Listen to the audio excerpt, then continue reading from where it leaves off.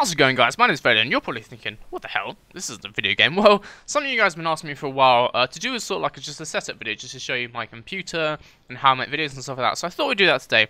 I thought I'd just give you a little tour around my, well, computer, and I'll show you how I film videos and how I edit videos. My phone is ringing, that's not good. So yeah, I thought you'd just like to see how I make my videos, my thumbnails and stuff. So that's what we'll do today. Hope you guys enjoy. So this is my setup when I'm back home for Easter. So this is the dining room in my mum's house. Literally, I've just got my computer on the end of the table. So just got like tower and the monitor, and then you can see my lovely precarious microphone book thing. So yeah, when I'm normally sitting, the microphone doesn't actually come up high enough to my face. I have to do it on books like this. I have to do this at university as well when I'm at my desk there. So that's brilliant. And then this whole thing is obviously just rigged up like ghetto style into the multi-plug, nice and safe. So I guess we should just start with all like the extra stuff. So my headphones, in case anyone's wondering, they're called RHA is the brand. They're RHA CA200s in black. RHA don't actually make over-ear headphones anymore. They only make in-ear ones, so you can't actually buy these anymore. And you can get them sort of like second-hand on Amazon, but I've only ever seen white ones. So if you want to get my headphones, you can't. So sorry about that. The microphone I use, it's literally just like the cheapest one with the good rating when I was buying them all on Amazon, because I got all this stuff like a year ago now. So it's I'll take this thing off. So this like foam bit is extra. I'm trying to do this one-handed and it's tricky. Okay, yeah, so the foam bit is separate. That's the microphone, that's what that looks like normally. I think it's from a brand called Trust. It's called like a Trust Stars microphone. It literally costs like £5, nothing much. And then this little foam, it's actually a windshield. You're meant to use these for like outside to protect from the wind. But I didn't really want to use a pop filter because that's to clip onto the table, and the table here is too thick for it to clip onto, so I use one of those. That stops when you're talking. If you record without any of that, every time you say like a P or a B, then there's like a burst of wind which hits the microphone, and it gets like this really nasty sound. So use one of those and that stops that from happening. So the keyboard and the mouse I have are both just the stock ones that came with the computer. So the computer itself is a Dell XPS. See the lovely XPS logo there. Dell XPS 8700, which you can still buy now. It's slightly different now. The one, when you buy it now, comes with slightly more RAM than this one. So this one currently, I think, is 12 gig RAM. It has a GeForce GTX 645, and then it's like a 4th generation Intel i7 chip in there. Actually, I can open it if I got my teeny tiny screwdriver. Oh, this may take a second. There we go. Get that out. Take this whole thing off. Get off. Get off. There we go. Okay, probably shouldn't have done that so much. I probably also shouldn't do this when it's turned on, but you know, whatever. Yeah, probably shouldn't actually do this while it's turned on, but whatever. So, you can see in there, that's a GTX 645. It's not much to look at. Like, because when you get a graphics card that just comes with the computer, they don't make them look all fancy. When you buy them separately, they come in all this nice packaging stuff. But anyway, quite a lot of fans, which you can't see because they're spinning right now, but they are super dusty because it's been a while since I cleaned this thing out. Yeah, so it's not the most interesting looking. I haven't actually like added any stuff to it since I bought it, so it's not the nicest looking computer on the inside. And then the monitor I got is a Benq, I think it's a Benq GW2260, so it's an LED 1080p, like pretty standard computer monitor. And then you can see like on my little system, there's some other random stuff. So I have a clock, just like a normal alarm clock, so I use that for timekeeping when I'm recording videos, because the way I record my face cam, as you may have seen sometimes, the face cam times out after an hour, so I can't record like for 1 hour at a time without stopping and then starting the recording again. So I use that for keeping time and also just to know how long a video is. And then back there, that's an AverMedia Live Gamer Portable, so that's actually a capture card. So capture cards normally just used for recording games console footage, but I actually use it to record the PC footage. So I'm not entirely sure why, because you can get fraps and stuff and they don't cost that much, but I use that. I think it keeps the file sizes smaller because it doesn't record in like the highest quality possible, so it actually keeps the file sizes a little bit smaller, which I think is good. So you can see that's connected up. That's connected up via HDMI to the back of the PC, and then that goes into the screen, and then it's also like the audio out from the PC goes into there as well, and then my headphones are plugged right into the AverMedia, so I can hear all the stuff happening. Oh, I just realised I can refocus this thing. Oh, there we go. Now you can see it a bit better. That's the capture card. Okay, so I guess that's all the hardware stuff. So I'm actually gonna sit down and start recording how I would do a video, and I can show you how I do all the like on the computer stuff. So this is the first thing I see when I start recording a video. So I hit that big button in the middle of the capture card.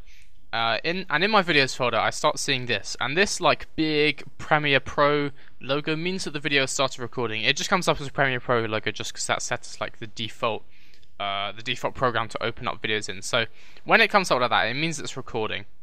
And then after that, I come into Windows Movie Maker, the most professional of all the softwares, and this is what I use to record the webcam. So if I click on webcam video, and then that comes up here, hello everybody, and we just literally hit record, and then that's recording. So that's what I use to record the face cam for my video. So that can run underneath a game. That works absolutely fine. You can see here it has this little time. When that timer reaches 59 minutes and 59 seconds, it stops. So that's why sometimes at the end of videos the facecam goes away, just because I mistimed it and I didn't look at the clock thing, and that means that the video runs out. So that's no good. So anyway, this is now recording. This is really weird, like commenting on how to, like making a video on how to make a video. It seems really strange. But anyway, so once I finish recording a video, I open up this software, which is Adobe Premiere Pro CS6. So this is my editing software. This is what I use to edit the videos. So I get the videos in here. You bring them into like this section. So these are all the elements of this video. So I have like the recorded footage, I have the facecam footage, and then I've got my end theme tune, and then the end credit screen. And also in the end credits, I have like the thumbnail of one of the videos, so you can click through to watch that video. So this video that I got open here, as I've titled Escapist Force. This is the 4th episode of The Escapist, which actually came out yesterday when I'm releasing this, so you may have already seen this video. So this is yesterday's video, which I was just editing, which I filmed earlier today. So you can see in Premiere Pro, I literally just have like, normally just like these jump cuts. So you get one piece of video, and in Premiere Pro you just hit C to get the cutting tool, and then you hold Shift to cut through all of them. So you just literally, you get bits you want, you cut like that, you cut like that, you grab pieces, you hit delete, and then that's a jump cut. Obviously I just cut in the middle of some text. So snowy, quite cold, quite Ethan with his lovely blue hair. Yeah, so obviously that's a weird edit, because that's in the middle of a sentence. So that's basically how it is. You can see some other stuff, like you can see here, this is a fade in from black. So if you just come into effects here, then Premiere Pro has all these like standard ones. So you get audio effects, you have audio transitions, which is like a fade out from music, and you also have video effects, so you can do stuff like green screening and things like that. And you have video transitions. So that was a dip from black. I normally use a film dissolve when I'm fading between two things. I normally use a film dissolve as what I use for. So you just literally like drag and drop that onto the bit between two video clips, and it just fades in. So that's kind of cool. It's pretty easy to use software.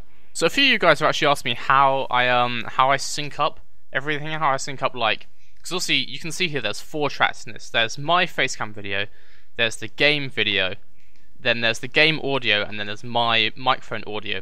So the way I do that is, I'll just go on the end here and I'll do it again. So if I get the gameplay footage, which is this track, stick it like that, you can see it's linked together, like the video and the audio linked together. And then if I go on there and I see where I press play on the facecam, which is roughly here, I don't know what the fuck I was doing, I was just like talking to myself at that point.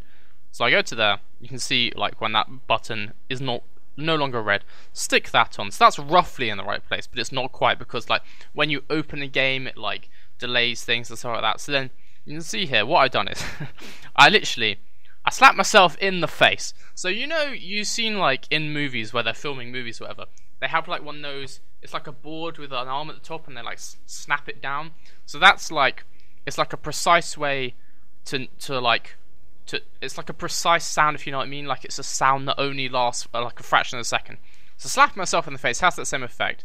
So if I go through here, you can actually hear the slap there. I don't know, you might be able to hear that in this video, but that's at that point. You can see that's not quite at the same time it happens in the video, so it's not synced up. So then I just go forward, and you see how many frames are in between the sound and the slap. So it's probably about 10-12 frames, and I move the video back by that many. So that's how I sync up like my facecam video and my facecam audio. Then you have to sync up the facecam video with the game video. So the way I do that is you go into a menu. The Escapist has a pretty basic menu, but you go into the menu, and if I just play it, you'll see 1, 2, 1, 2, 1. So I literally just do that. I go like along the menu or down the menu, just saying 1, 2, 1, 2, 1, and you can see like when the cursor goes over each button, that's at the same time I said 1 when I did it. So that's all good. And in some menus, there's like a click sound when you hover over it, so you can use that to sync up the game audio as well. But in this Escapist, it's not the end of the world if they're not entirely synced. So you can sync it up from like people getting punched and stuff. I can just do it later in the video, so that's fine. So yeah, I edit all the video using mainly my jump cuts and stuff like that. And when I get to the end of the video, then you can see we've got these 2 blue tracks. So the 2 blue tracks, if they will come up. So this purple one here, if I mute that one. So this purple one is this thing, my end credit screen, which I have a blank space here, very clever. And then I just get the thumbnail from an earlier video, and I stick that on there, and then it means when I'm on YouTube I can add the annotation. I stick the annotation over that, and it's like a click-through link to another video. And then this green track here is actually my outro music. I don't know if anyone's ever been curious, no one's ever asked me like if it's a song, maybe you can tell it's not a song, but literally, the first time I ever made a video, my very first like GTA video, I just sat down after recording it with my guitar, which is upstairs. Actually, I can show you. See, after my very first video, I just got my guitar, and then with this microphone, I just put this microphone next to the amp, and I just played a little thing. If you want to see my guitar, this is my lovely little guitar. You can see it's actually got like my channel logo on it. I don't know why I'm holding it like a violin. I've never done that before. But actually, this has been on the guitar since like before I had the channel, so I based the channel logo off this logo, which is actually based originally off my emblem from Call of Duty Black Ops. On the first one they had the emblem creator, so I made the emblem in there, and then this one's based off that, and then the channel logo is based off that thing, so that's kind of cool. So yeah, I just recorded this little thing, this little riff here. If I just solo this, so that's just this sound. That's also turned down. If I turn that up to, like, that's turned down so it's quieter than my voice. So if I actually turn it up the whole way, it is actually quite a loud track. And it sounds significantly worse when you listen to it louder, but when it's turned down, I think it sounds alright. I think it sounds quite nice. So once the video is all edited, the last thing, well, there's 2 more things to do, but the second last thing to do is make the thumbnail. So for a game like The Escapist, what I do is I get a screenshot. I'm thinking for this one, we have a screenshot from near the start, from like the morning roll call time. So I think that looks like a pretty good freeze frame for a screenshot. So I just get my face out there. If I just get rid of that track, I just hit this button that saves the screenshot. Let's just call that Escapists 4. Save that, and then to actually make the thumbnail, I use this software called Paint.net, which I have on the taskbar down here. So I open up that file in Paint.net, and then the way I normally make a screenshot, I don't use the whole screen. So I get this tool, which is the rectangle select. Change that to fixed ratio mode, then we want it 16:9 because I'm pretty sure that's the aspect ratio that YouTube thumbnails are meant to be. So we get a 16:9 box. That means when I drag a box, it gives me the 16:9 ratio. So I choose like a good sort of thumbnail, probably like that's probably a good thing. So we'll have like them there, and then the logo go up here. So if I take that, Control C, and then Control N is for a new window, and then it automatically does it the same size as the thing you just highlighted. So that's good. And then Control V. So yeah, that's probably a good size. But in the rest of this series I've been having the logo on the left. So if I just get this lower layer, this one, that layer there, and then I can go here and I can just flip it like that, kind of a cheating way, and then I take this layer with the logo and I just move it across. So that's how I've been having them previously. Let's just make that a little bit bigger, just kind of like that. That looks better. So now there's some stuff in the screenshot which I don't actually want to be in the thumbnail, such as the cursor from the game. So what I do for that is I get this tool, the clone stamp tool. So that's like the thing in Photoshop where you choose one part of the image and then you sort of like paste that over another part of the image. So if we go down here, I don't really want the thumbnail.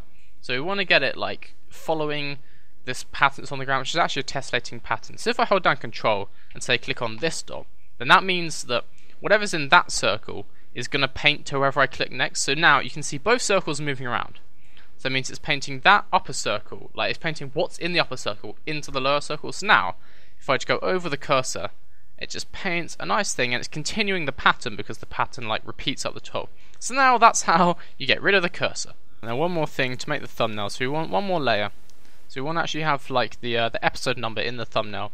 So I use the font Pristina, that font, and probably use it about that size. And literally just write number 4. That's too small. So yeah, we get this, stick it like there, copy the layer. Then I can just go invert colors to make it white. And then move that, just like that, and that's how I put the number on. But actually I might have that black because it's basically a white background. So if I just swap them over, yeah, that looks good. So that looks like a good thumbnail for episode 4 of The Escapist. That's all done, just save this. So in Paint.net you can save it as multiple file types, but I save them as JPEG. Save as a JPEG, Escapists 4 thumb because I already have a file called Escapist 4, so that's all good. Save that. Do it in the highest quality possible. You can change the quality like this, which is kind of cool because if it's like a huge image but you don't need it that big, you can save it as a smaller file type so it doesn't take up too much disk space, but we'll have that as the biggest size possible. Okay, that's all done. And so now the last thing to do is upload the video. So this is the YouTube upload screen. So I'm currently uploading Escapist 4, but obviously that's not the best side, so let's call it Locked Up Again. That wasn't off the top of my head, that's what I was going to call it. Call it Locked Up Again, the Escapists number 4. All good, so that's the title. Now do the tags and description there as well. Then we can add the thumbnail here, just like this. And there we go, thumbnail's on, title's on. I'll do the tags and description later because that takes a few minutes. So that's all good, and then I can just hit publish. And as soon as that's uploaded and it's finished processing, that goes out to you guys. So I try and get my videos out at 6 o'clock every day. You can see on my internet here, I've got 113 minutes remaining, and it's already 4:49, so this is not going to be out by 6 o'clock. This is probably going to be more like 7 or 8 by the time this gets out. That, if you're wondering as well why I'm in my mum's dining room and not like my bedroom, it's because I have to use the Wi-Fi here, and the Wi-Fi is much stronger in the dining room. It's still not fast, but it's better in the dining room. Like if I try to upload this from my bedroom, that wouldn't say 113 minutes. It'd be like 1,013 minutes, which is a much longer time. So it would just take so long to get videos out. It's so frustrating.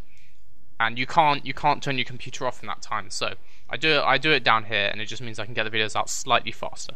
So I think I've covered everything. I think that's all my equipment and all the the process of filming. So that's pretty cool. So I'm gonna go about editing this vlog. Whoa, editing a vlog while I'm still filming it. Videoception. But yeah, I'm gonna finish editing this thing. So I hope you guys enjoyed this. This has been just a little tour of all my process and my setup and stuff. I've been Vader, and I will see you guys later.